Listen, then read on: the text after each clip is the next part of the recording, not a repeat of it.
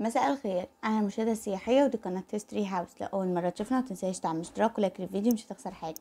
كل اللي انت هتعمله ان انت هتساعدنا ان قناتنا تكبر وتوصل لعدد كبير من الناس. والنهارده قصه حياه فنان في دقيقه. فناننا النهارده من نوع مختلف وهو الولد الدبور، او في بعض الاحيان بيلقبوه بالولد الشقي. ابو بكر عزت ولد في حي السيده زينب، تاريخ ميلاده 8 أغسطس 1933، تاريخ وفاته 27 فبراير 2006.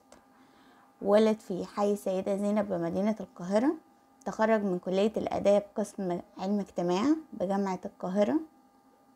كان بيحب الإخراج، الأعمال المسرحية، لدرجة إنه كان عامل فرقة صغيرة هو وزمايله من أيام ما كان في الثانوية لحد ما بقى في الجامعة.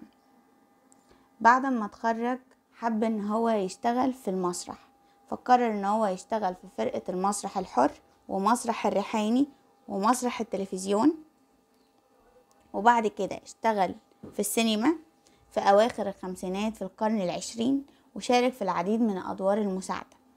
من ابرز افلامه تجار السموم، الزوجة الطائشة، رجل قتل الحب، مرحبا الزيارة انتهت، البيجامة الحمراء، عريس في أجازة، غريب على الطريق، ومضى العمر يا ولدي، ومضى عمري الأول،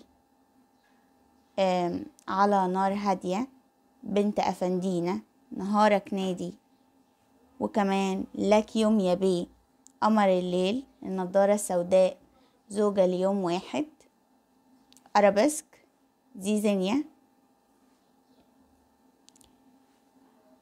كان صديق مقرب جدا لصلاح السعدني. حاز على جائزة أفضل ممثل من مهرجان القاهرة السينمائي الدولي عن دوره في فيلم المرأة والسطور عام 1996. وكان متزوج من الكاتبة كوثر هيكل، وعنده بنتين سماح وأمل.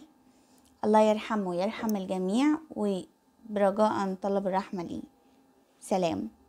والمرة الجاية هنتكلم عن قصة حياة فنان في دقيقة، لأن قصة حياة الفنان لا يمكن تكون في دقيقة. مع السلامة.